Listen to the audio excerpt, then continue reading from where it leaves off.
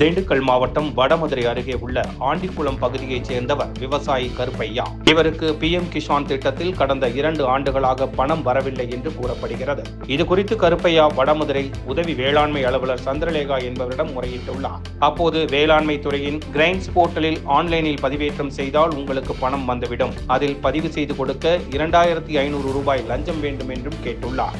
கருப்பையா தன்னிடம் அவ்வளவு பணம் இல்லை என்று கூறிய போது இறுதியாக 2000 ரூபாய் தந்தால் செய்து கொடுப்பதாக கூறியுள்ளார். இதனால் அதிர்ச்சியடைந்த கருப்பையா இதுகுறித்து திண்டுக்கல் லஞ்ச ஒழிப்புத்துறை போலீசாரிடம் புகார் தெரிவித்தார்.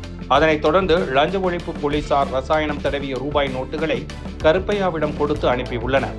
இன்று வடமதுரை ஒருங்கிணைந்த வேளாண்மை விரிவாக்க மையத்தில் சந்திரலேகாவிடம் பணம் 2000 ரூபாயை கருப்பையா கொடுத்தபோது அங்கு மறைந்திருந்த லஞ்ச ஒழிப்புத்துறை போலீசார் சந்திரலேகாவை கையும் களவுமாக பிடித்துள்ளனர்.